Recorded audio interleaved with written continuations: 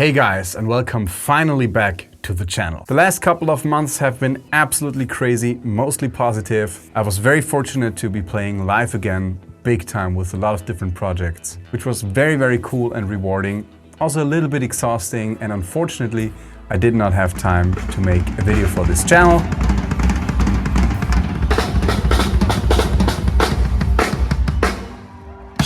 But now we're finally back, and what better way to restart this thing here than doing a new video out of one of my viewers' favorite categories, which would be Nobody Move, a Snare of the Month video!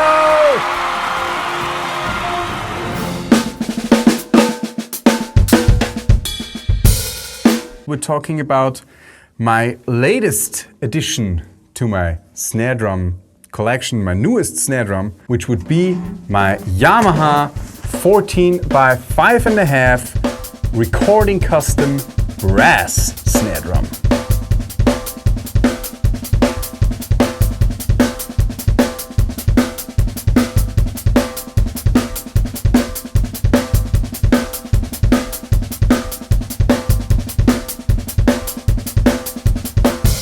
Guys, if you're enjoying this video, please make sure to subscribe to the channel and leave a like and maybe even a comment if you're up to it. Also consider subscribing to my Instagram at @SimonSpringerMusic. There I will let you know much more stuff than here on the YouTube channel. Also check out my website simonspringer.online or simonspringer.com. I even have my own online school there where you can check out some exclusive videos.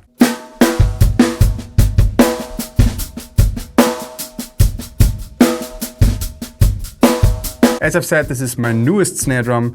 I never really played brass snare drums until I got the Yamaha SD493 recording custom brass snare drum from the old recording custom series of the 80s. And you know, I'm sure most of you guys will already know it because this was my snare of the month #1. Make sure to check it out somewhere here or also in the description box, and also at the end of the video. And it was my first and still is, I believe, my most popular snare of the month video. You guys are really digging this snare drum. And this is kind of its, you know, much younger, bigger brother. So this was the first brass snare drum I got, and I fell in love with the material immediately. I call it like, it's maple on steroids, you know? It sounds warm, like a maple drum, but it, you know, it cuts, it cracks, it can be so loud and powerful. And yeah, it's the best, for me it's the best, you know, combination between a metal and a wood snare drum. It's the best of both worlds, and it's an amazing sounding material. There are so many instruments made out of brass, I mean, and all for a reason, you know?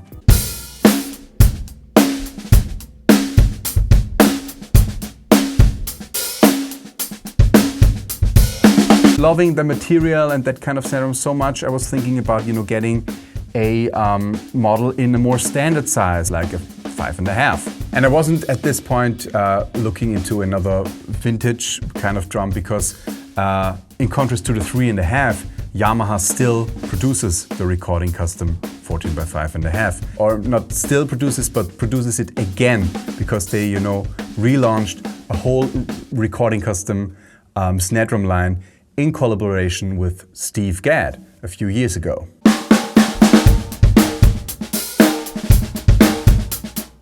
So here it is. Again, this is from the present Yamaha recording custom line of snare drums that, you know, feature brass drums, aluminum drums and steel drums. And again, this is the 14x5.5. There's also a 14x6.5 and 13x6.5 brass. It has the recording custom lugs, the new Q strainer, as well as on the Absolute Hybrid maple snare drums.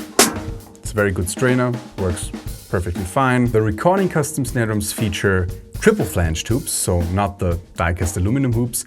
In contrast to, you know, the old series, this thing from the 80s here still has the power hoop, the Yamaha power hoop, which is a aluminum die-cast hoop.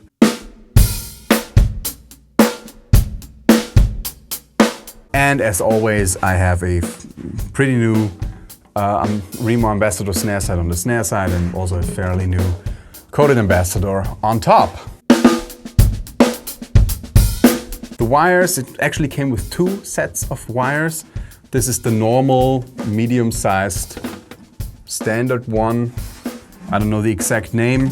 But then it also came with this set of wires right here that I'm unpacking for the first time. So this is also an unboxing video, I guess.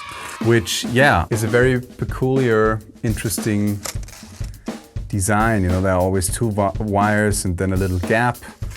And it's also quite thin. I haven't tried them out, but yeah, they came with this snare drum as an extra pair. Let me know if you have any experiences with those wires here. Do I like this snare drum? I love it. It's everything I hoped for, you know, being a brass fan and a Yamaha fan. It was exactly what I was expecting.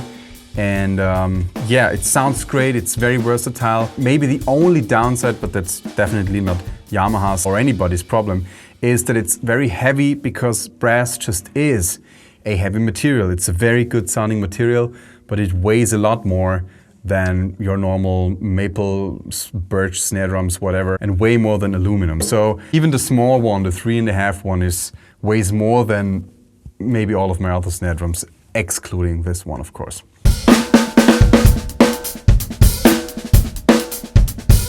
It's a great sounding snare, and I've actually used it a lot since I got it live and also on recordings.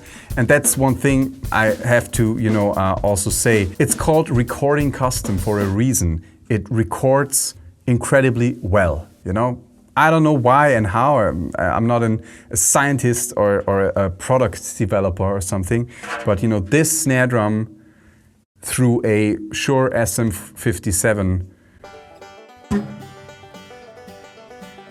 I mean, it just sounds, you don't have to, I mean, So it's very, very good. You know, this drum sounds great acoustically, but you know, it exceeds every expectation through the microphone. So here's the drum, again, as always, in various different tunings and dampenings, no EQ, no harsh effects or something. To give you a pure experience, enjoy it, and I see you at the end of the video.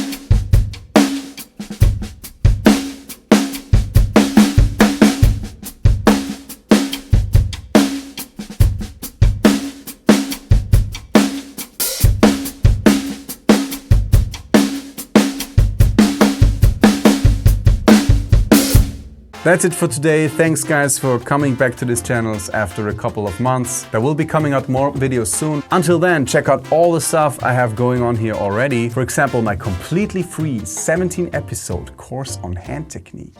And please leave a subscription to the channel if you haven't already.